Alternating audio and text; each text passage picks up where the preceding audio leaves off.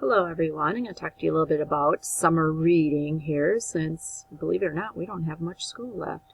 So I have a little slideshow I'm going to go through with you. So summer reading, get ready for it, it's almost here. There are some summer reading programs and you might be asking, where can I find that? Well, most public libraries will have a reading program throughout the summer.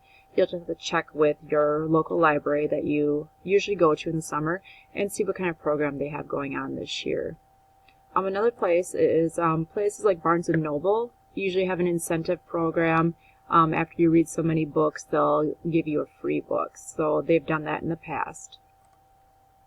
Most summer reading programs have prizes, special programs and events, and even some arts and crafts.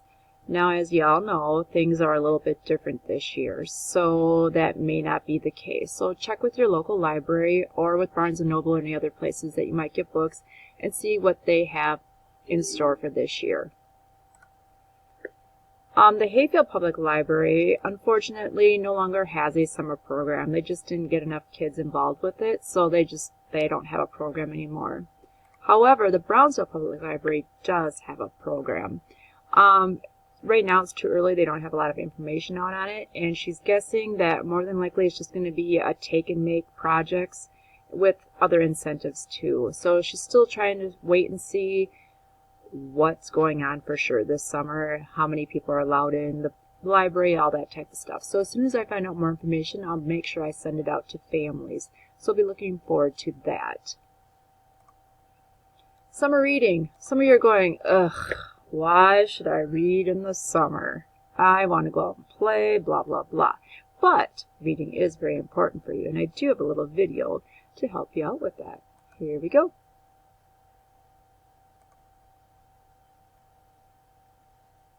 We've all heard the famous saying, reading gives you superpowers.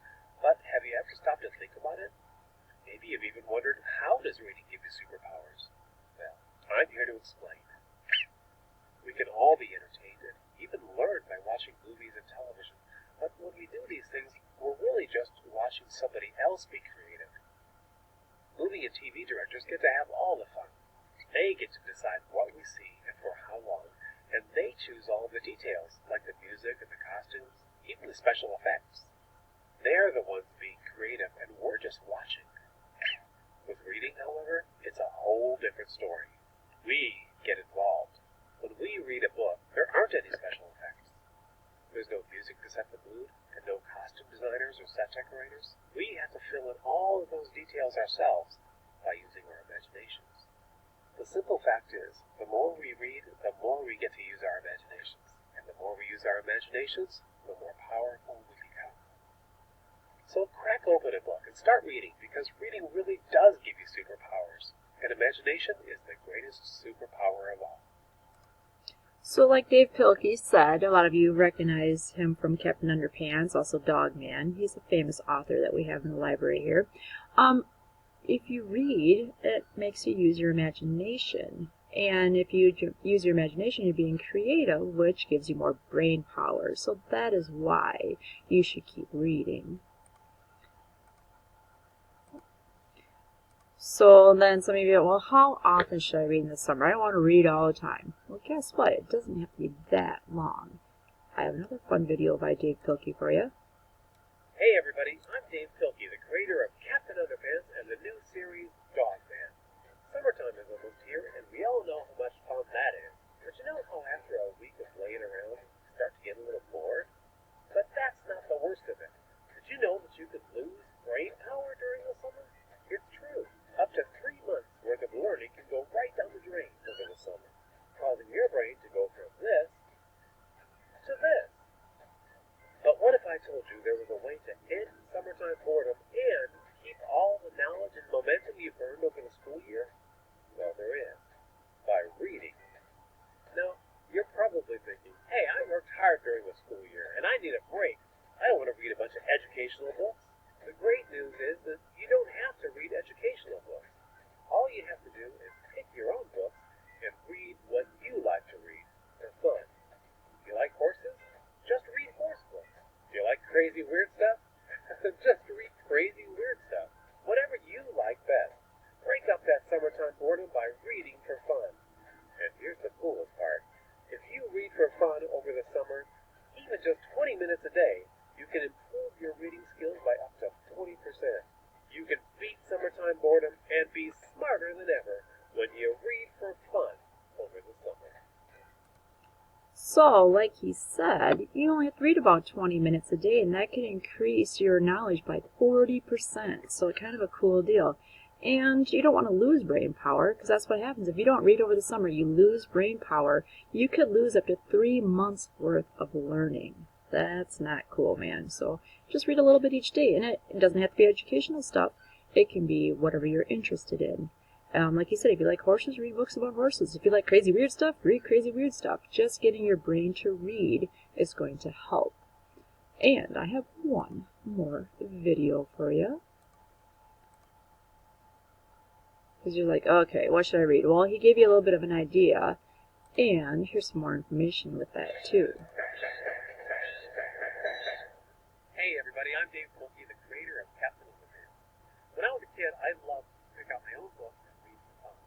Even though I had dyslexia, I still knew that reading opened up valuable universes filled with humor and adventure. Unfortunately, many of the adults in my life looked down on my choices. They thought my selections were frivolous, with very little substance and no educational value whatsoever. And they said things like, "Can't you find something more substantial?" And "That's not your reading level." even though I think they were trying to be helpful, to me, it sounded more like criticism, like my choices were stupid or childish, and to be honest, it made me want to stop reading altogether and go find something else to do. Back then, those adults were not aware of the research that would be done about the power of choosing your own books and reading just for fun. They didn't know that kids who regularly read for fun are more likely to excel in vocabulary, spelling, and math. And students who choose what they read tend to be more motivated, read more, and show greater language and literacy development. Today we have the research that shows all those things and more. We know that when it comes to kids and reading, there is no such thing as a guilty pleasure. So spread the word. Choosing your own books and reading for fun is good for the brain. And if it becomes a habit, it can be life-changing. Just one more reason why reading gives you superpowers. Alright, so like you said, I want to go back to, let me find it here, a little quote that he had.